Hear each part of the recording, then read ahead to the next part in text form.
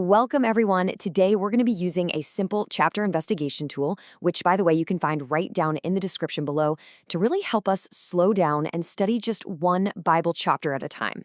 And for our example today, we're diving into Jeremiah chapter 1, verses 1 through 19. We're doing this because of a beautiful reminder from St. Jerome.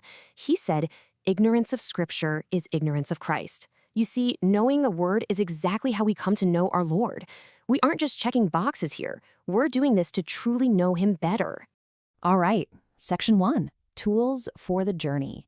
Let's gather your supplies.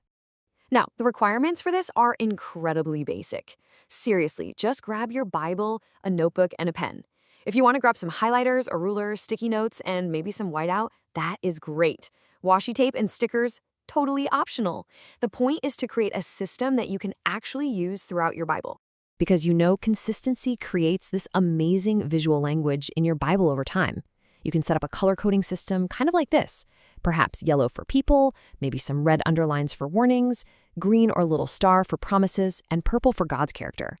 Honestly, the specific colors don't matter. The consistency does. Okay, moving right along to Section 2, Observing the Facts. Let's establish the basics. We always begin with Scripture. Make sure you read the entire chapter at least once before filling anything out. Record the date you're studying it, and then go ahead and give the chapter your own title.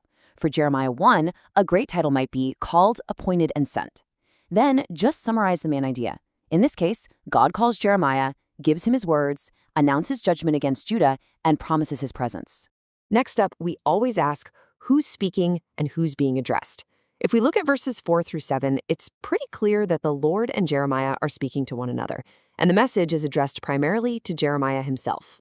We then scan through the text and note the people and places. You'll want to highlight names like Hilkiah, Josiah, Amon, Jehoiakim, and Zedekiah. And hey, unfamiliar people can always become future character studies, right? For places, we note Anathoth, Benjamin, Judah, Jerusalem, and, this is interesting, an ominous mention of the north in verses 13 through 15. We can definitely flag that as something to investigate a little later. So that brings us to Section 3, Commands, Warnings, and Promises. Let's uncover the core message here. First, what repeats? What words or ideas just keep popping up? Well, in verses 6 through 9, notice the huge emphasis on speaking. Jeremiah says, "I cannot speak," but God turns right around, commands him to speak, and provides his very own words. Next, we observe specific commands directed right at Jeremiah. God tells him to go, speak, do not fear, arise and proclaim. You'll find those in verses 7, 8, and 17. And this beautifully illustrates our search for promises. Look at this. I am with thee to deliver thee. God promises his presence, but notice he doesn't promise freedom from opposition. He literally guarantees people will fight against him, but promises his enduring presence right in the thick of it. We also pull out our red pen to mark the really serious warnings in the text.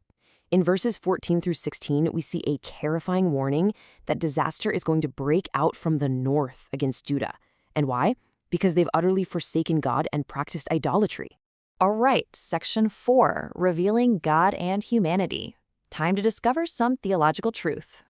If purple is your color for God's character, your page for Jeremiah 1 is going to be absolutely covered in it. We learn that God is all-knowing, sovereign, authoritative, just, holy, faithful, and present. But remember, we must always anchor these observations by asking ourselves, where exactly do I see that in the text? Then, look at this stark contrast revealing the human heart. On one side, you have Judah actively forsaking God for idols in verse 16. On the other side, Jeremiah's response in verse 6 reveals a really deep, paralyzing fear and inadequacy. You can then pick a key verse that really anchors the whole chapter for you. Verse 5 is a phenomenal choice for this. It so perfectly captures God's absolute sovereignty and Jeremiah's divine calling from before he was even born. Finally, Section 5, your next faithful step, moving from observation right into action. When you run into something you just don't understand, like the boiling pot we mentioned, or that mysterious enemy from the north, write it down. Our golden rule here is this: let Scripture create the question before the resource provides the answer.